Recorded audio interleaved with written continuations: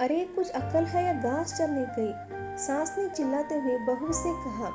रोज रोज के ताने और ड्रामा से बहू और इकलौते बेटे की जान गई। बहू ओ बहू, कहाँ मर गई? सुनीता ने आवाज लगाई। वो अभी सारा काम निपटाने के बाद नहाने के लिए गई थी और सास की हर 2 मिनट में ऐसी आवाज सुनने की उसको आदत पड़ चुकी थी। जरा से नजरों के सामने से हटी कि सास चिल्लाना शुरू कर देती। इस बार आवाज को ज्यादा तेज थी, कोई अनहोनी ना हो गई हो। उसने जैसे तैसे अपने ऊपर 2 मग्गा पानी डाला और कपड़े पहनकर बाथरूम से दौड़ते हुए सास के कमरे में पहुंची। अरे मारी, तुझसे काम में ठीक नहीं होता, सुनीता फिर चिल्लाई। क्या हुआ माँ जी? उसने डरते डरते पूछा। क्या हुआ है?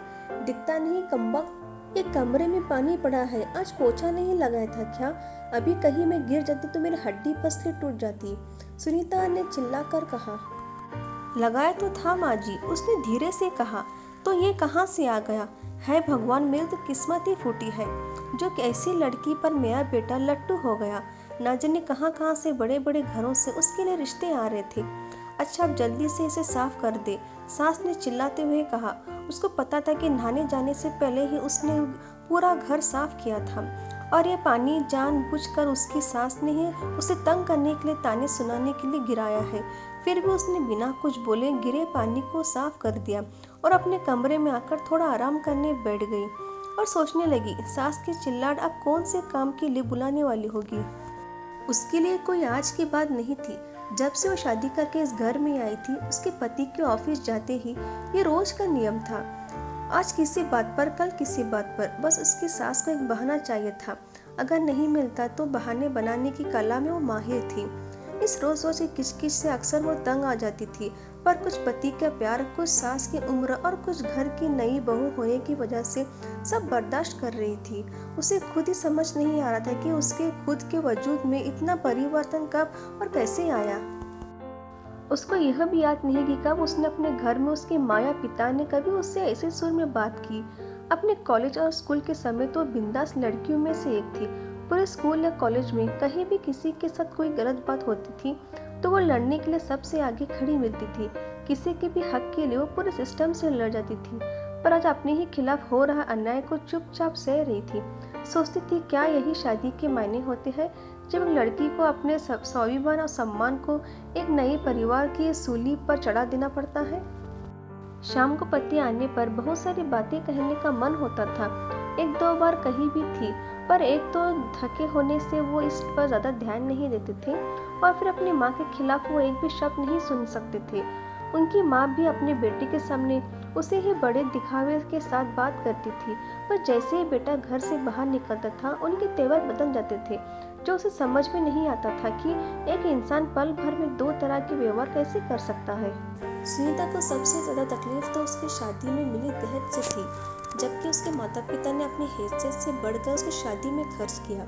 लेकिन दहेज में या दूसरों से कुछ भी मुफ्त में मिलने की उम्मीदें और अभिलाषाएं का कोई अंत नहीं होता। हर चीज कम लगती है और उसके आने पर सबसे पहले उन्होंने घर की काम वाली की छुट्टी कर दी और घर में उसके कदम रखते ही हाथों की मेहंदी का रंग छूटने के पहले ही बाकी कामों के अलावा बाइक के सारे काम भी उसके ऊपर आ गई। और सुनीता ने कभी भी उसे एक नौकरानी से ज़्यादा नहीं समझा। कुछ ऐसी जिंदगी कट रही थी उसकी, रोज कोई नई नई बखेड़ा होता था और वो रोज शांतिपूर्वक उन्हें संभालने की कोशिश करते हुए सोचती थी कि जल्दी ही उसे अपने पति और सास के साथ बैठकर शांति से इसका हल निकालना पड़ेगा। पर बस रोज की ऐसी दिनचर्या से सबके साथ बैठकर बात करने का समय ही नहीं मिल पा रहा था। एक दिन वो रोज की तरह सुबह झाड़ू लगा रही थी जब कमला देवी अपने बिस्तर के किनारे बैठी स्वेटर बुन रही थी। अचानक जैसे ही वो झाड़ू लगाते लगाते उसके पास पहुंची, उसने बिना कुछ देखे बहू को जोर से लात मारी और चिल्लाई, अरे कुछ अकल भी है या घास चरने गई है? जब मैं कुछ कर रही होती है तभी तुझे काम सुझता है। अभी ही मेरे कमरे में झाड़ू लगानी थी तुझे। क्या तुझे नहीं पता कि मुझे धूल से कितनी एलर्जी है? ये आज का नया बहाना था उसे तंग करने का, क्योंकि घर में रोज ही ऐसे ही काम होते थे और पहले कभी भी ऐसी कोई बात नहीं हुई थी। फिर वो भी अपनी सास के व्यवहार को जानते हुए बहुत संभाल के काम करती थी। वो उसके द्वारा दिखाए जगह पर सफाई के लिए जैसे ही थोड़ा झुकी, ना जाने किस जोक में सुनीता ने जोर से पैर चलाया और और वह बहू के कंधे पर जा लगा। जब तक वो खुद को संभालती, उसका सिर सामने की दीवार से टकराया और गिर पड़ी। सुनीता चिल्ला उठी, क्या हुआ कलमुही, मर गई क्या? उठ क्यों नहीं रही? बचा हुआ काम कौन करेगा? चल उठ।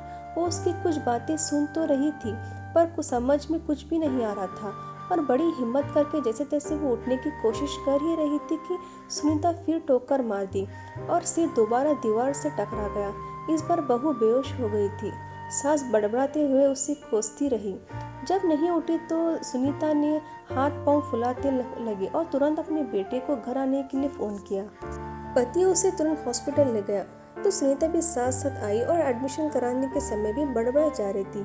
सब पता है इसके चरित्र का, सब करके कराने की और मुझे तंग करने का नाटक है इसके, जिससे घर में कोई काम ना करना पड़े और हम सब इसकी सेवा करें। यूं तो उसका बेटा काफी दिनों से घर में जो चल रहा था सब देख और समझ रहा था, पर माँ का ऐसा देख कर कुछ ज्यादा ही परेशान हो गया। लेकिन इस समय उसे अपनी पति की जान बचाने की पड़ी थी। डॉक्टर की तमाम कोशिशों के बावजूद सिर के अंदर कोई नस फट जाने से पहले तो वो कुछ दिन कोमा में रही और अगले एक ही सप्ताह में उसने दुनिया छोड़ दी। वक्त के साथ साथ बातें कहाँ चुकती है। धीरे धीरे पड़ोसियों की जुबान पर उसके प्रति सुनीता के बुरे बर्ताव की बातें सामने आने लगी, जिसमें सुनीता के बेटे का भी नाम आ ही जाता था। और जब उसको लेकर बातें कुछ ज्यादा बढ़ने लगी तो उसने तंग आकर एक दिन सुनीता के इकलौते बेटे ने पंखे से लटक कर सुसाइड कर ली। अब पूरे घर में दिन भर सन्नाटा रहता था। सुनीता कुछ दिनों तक लोगों को दिखाई पड़ती रही और अक्सर घर के अंदर से उनकी आवाज़ सुनाई पड़ती थी, अरे कलमुही कहाँ मर गई? मेरे बेटे को भी साथ ले गई। चल जल्दी आ जा बहू, घर बहुत गंदा पड़ा है, चल थोड़ा झाड़ू पोछा कर दे। फिर उसी में रोते रोते उनकी आवाज़ सुनाई पड़ती थी। बहुत अच्छी बहू थी, कभी शिकायत नहीं करी उसने। अभी अस्पताल में है, इलाज चल रहा है, मेरी वजह से उसका सर फट गया था ना। मेरे बेटे को भी उसी के पास है, लेकिन अब तो वो ठीक हो गई होगी। अरे कोई तो उन्हें दोनों को वापस ले आओ, अब की उसे कुछ नहीं कहूँगी।